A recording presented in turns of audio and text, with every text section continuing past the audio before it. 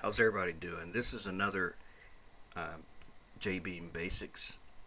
Now this is part of a mod I'm working on now, but if you download this zip file of this trap, open up the zip file and go to that folder where it says trap, copy it to the clipboard, and then go to your user folder where vehicles is in the user folder here and paste it like that.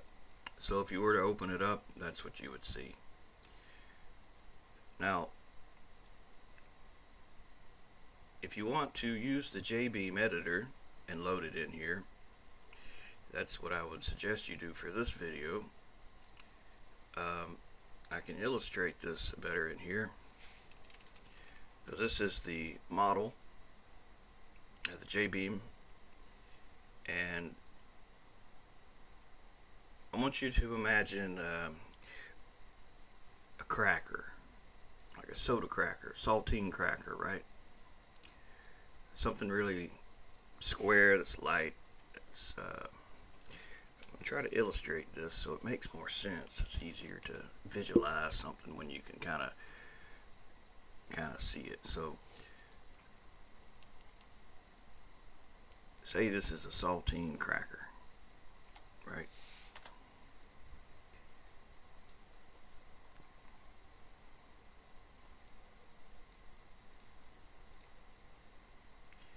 All right. Now,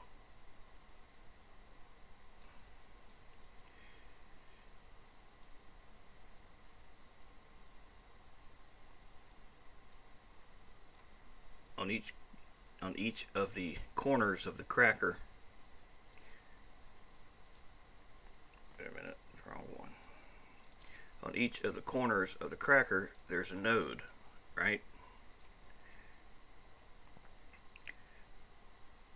Now imagine if you were to duplicate those nodes and put one above each one like that, right? And then you connected a string between each one of them like that.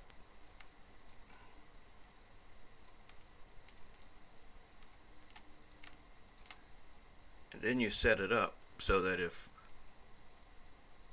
one string was to break, they would all break at the same time. Oops. Right? Now these top nodes, these ones here that we just duplicated, are a duplicate of the bottoms. They're just slightly above. Just like 1/1000th of a millimeter above it. Just, you couldn't even see the string if you really tried to. So when you look at this and you see these nodes on the top, you can't even read that because there's two on top of one another. But if you were to get really close, I mean super close, you would see that it is in fact two nodes. Now the way I did that is I knew the ones on the top were AL1, AR3, and AR5. So if you watched yesterday's video on Jbeam Basics, we talked about these anchors being fixed, false or true. So what I did is I duplicated AL1, AR3, AR5, and I put them down here.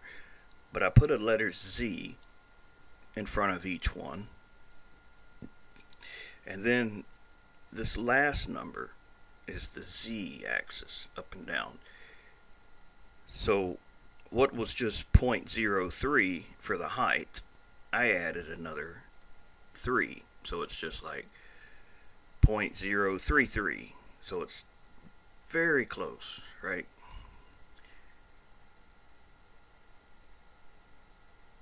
So above AL1 is ZL1, before, and above Z, above AR5 is ZAR5, and Then you go down to the beam section,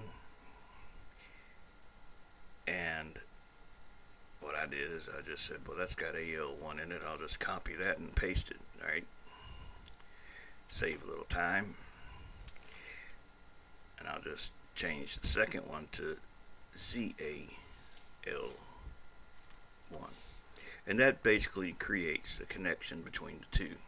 It creates a beam in between them so that they're connected. And then the next thing is this statement here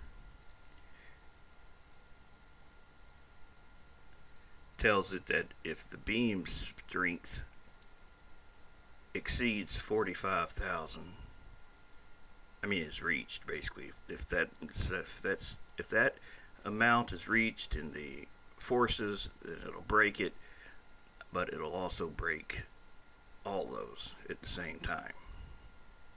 So that's how that is.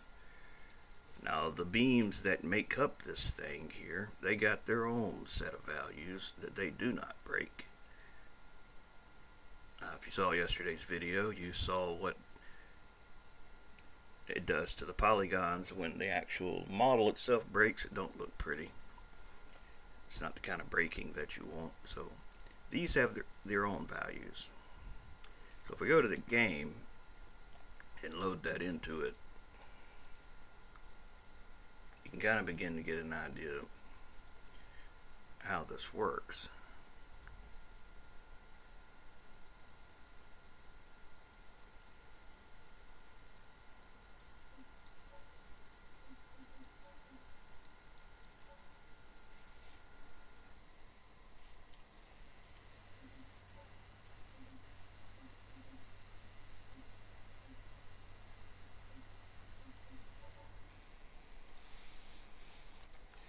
I'll move it up out the ground here.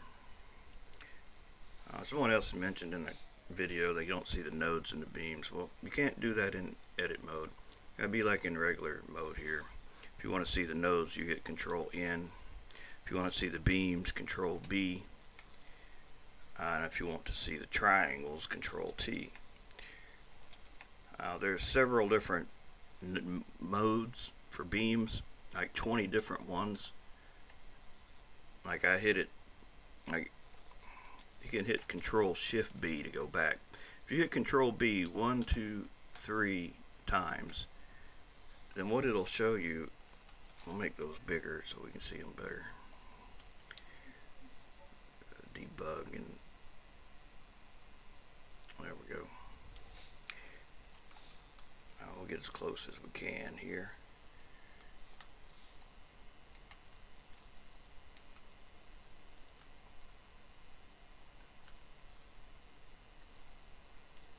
So the red ones are broken ones, it says.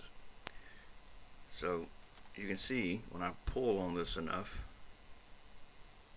they all three break at the same time. You can see the ZAL1, the ZAR5, the ZAR3. Now if it wasn't in a break group, if it was just, no break group, I'll just put these slashes here. That tells it to ignore that line completely. And then we reload it.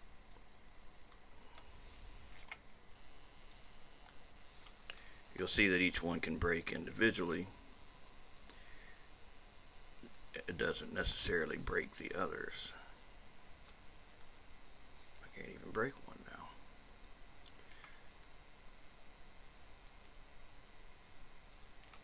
Oh, well, you know why?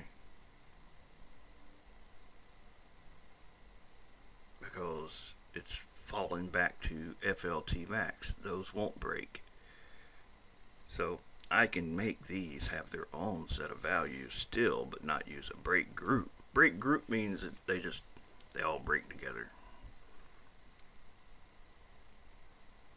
So now they got their own values. They have their own special values.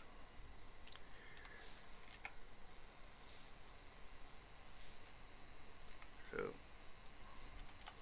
you can break just one of them. break the other.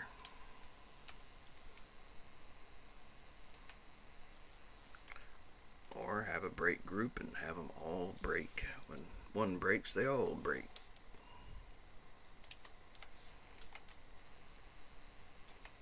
Like that.